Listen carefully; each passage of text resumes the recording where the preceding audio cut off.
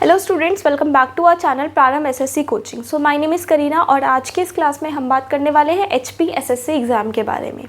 HP का मतलब यहाँ पर होता है हिमाचल प्रदेश। तो प्रीवियस वीडियोस में मैं आपको बीएसएससी के बारे में बता चुकी हूँ, राजस्थान के बारे में बता चुकी हूँ, हरियाणा के बारे में बता चुकी हूँ। तो अब आप पूछेंगे, कई बच्चों ने मुझसे पूछा कि मैम जो ऑफलाइन क्लासेस में कि मैम आप हर स्टेट की ऐसे वीडियोस बनाइए। तो सिमिलरली आज मैं आपके लिए लेकर आई हूँ हिमाचल प्रदेश का SSC exam. So Himachal Pradesh staff selection commission HPSSC now merged into 2 Himachal Pradesh state selection commission HPSSC और Hamirpur conduct recruitment exams for various group B. अब इसमें ग्रुप बी, सी और डी की पोस्ट आती है। जो प्रीवियस हमने देखा उसमें ग्रुप सी और डी के लिए एग्जाम कंडक्ट हो रहा है Himachal Pradesh government department boards और कॉर्पोरेशंस के लिए। मेजर रिक्रूटमेंट यहाँ पर आ जाती है clerk, junior office assistant, steno, JE, staff nurse, supervisor, teacher, forest guard, health worker, lab technician etcetera. Post name with यहाँ पर सारी क्वालिफिकेशन सामने आप स्क्रीन पर देख पा रहे होंगे। फर्स्ट है क्लर्क, जूनियर ऑफिस असिस्टेंट। इसके लिए आपका 12th पास होना ज़रूरी है और टाइपिंग टेस्ट और कंप्यूटर में डिप्लोमा होना ज़रूरी है, क्योंकि ये एक हायर सेकेंडरी लेवल का एग्जाम होता है। सेकंड है स्टेनोग्राफर। इसके लिए अगर आप अप्लाई करते हैं या जूनियर स्केल स्टेनो के लिए अप्लाई करते हैं तो 12th पास होना ज़रूरी है और स्टेनो टाइपिंग स्किल्स आपको आनी चाहिए, हायर सेकेंडरी एग्जाम है। थर्ड है जूनियर इंजीनियर, जिसको हम शॉर्ट में जेई के नाम से भी जानते हैं। ये सिविल में हो सकता है, मैकेनिकल हो सकता है या इलेक्ट्रिकल हो सकता है। तो आपके बीटेक होना ज़रूरी है इंजीनियरिंग में, ये भी ग्रेजुएट लेवल का एग्जाम माना गया। फोर्थ है स्टाफ नर्स के लिए या हेल्थ वर्कर के लिए आप अप्लाई कर रहे हैं तो 12th साइंस से किया हुआ होना चाहिए। डिप्लोमा बीएससी और नर्सिंग में अगर है तो हायर सेकेंडरी ये वाला ग्रेजुएट वाला एग्ज़ाम आप दे सकते हो। फिर फिफ्थ है लेबोरेटरी टेक्नीशियन फार्मासिस्ट। इसके लिए 12th होना ज़रूरी है साइंस स्ट्रीम से, डिप्लोमा इन लैब या फार्मा में करा होना ज़रूरी है, हायर सेकेंडरी का ये भी एग्ज़ाम होता है।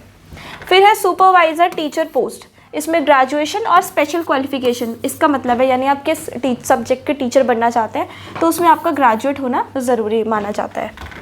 अगर आपको फॉरेस्ट गार्ड या कांस्टेबल के लिए अप्लाई करना है तो 12th पास होना ज़रूरी है और अगर आपको ग्रुप डी पोस्ट के लिए अप्लाई करना है जैसे पियोन, चौकीदार, तो उसके लिए 10th पास होना ज़रूरी है। मैट्रिकुलेशन बेस्ड ये जॉब होती है, हिमाचल प्रदेश में है ये, राइट। उसके बाद है एज लिमिट। तो ग्रुप सी और डी पोस्ट के लिए, दोनों ही पोस्ट के लिए 18 साल से 45 साल तक की एज लिमिट इसमें मानी जाती है और SC ST OBC PHW FF ये सारे 5 इयर्स का एज रिलैक्सेशन मिल जाता है। और जो एक्स सर्विस मैन है वो हिमाचल प्रदेश की जो भी गवर्नमेंट की गाइडलाइन रहेगी उसके अकॉर्डिंग उनको एज रिलैक्सेशन दिया जाएगा। ग्रुप डी पोस्ट के लिए 18,000 से 56,900 की सैलरी अलॉट की जाती है। 12th लेवल पोस्ट के लिए 19,900 से 63,200 तक की सैलरी अलॉट की जाती है और ग्रेजुएट लेवल पोस्ट के लिए 29,200 से लेकर 92,300 तक की सैलरी अलॉट की जाती है। अगर मैं बात करूँ HPSSC एग्ज़ाम पैटर्न की तो रिटर्न एग्ज़ाम इसमें सिंगल स्टेज ही होती है, OMR बेस्ड होता है। 2 घंटे का पेपर होता है, टोटल 170 क्वेश्चन आते हैं, objective type, multiple choice type, और हर एक क्वेश्चन 1 नंबर का होता है और कोई भी नेगेटिव मार्किंग इसमें नहीं होती। उसके बाद इसमें है जर्नल नॉलेज, HP की GK और नेशनल GK, यानी हिमाचल प्रदेश की GK और पूरी इंडिया की GK आपको आनी चाहिए। 30 मार्क्स 30 क्वेश्चन है और 30 मार्क्स का ये एग्ज़ाम है। Journal English and Hindi 20 number का है, 20 क्वेश्चन है, 20 नंबर का है।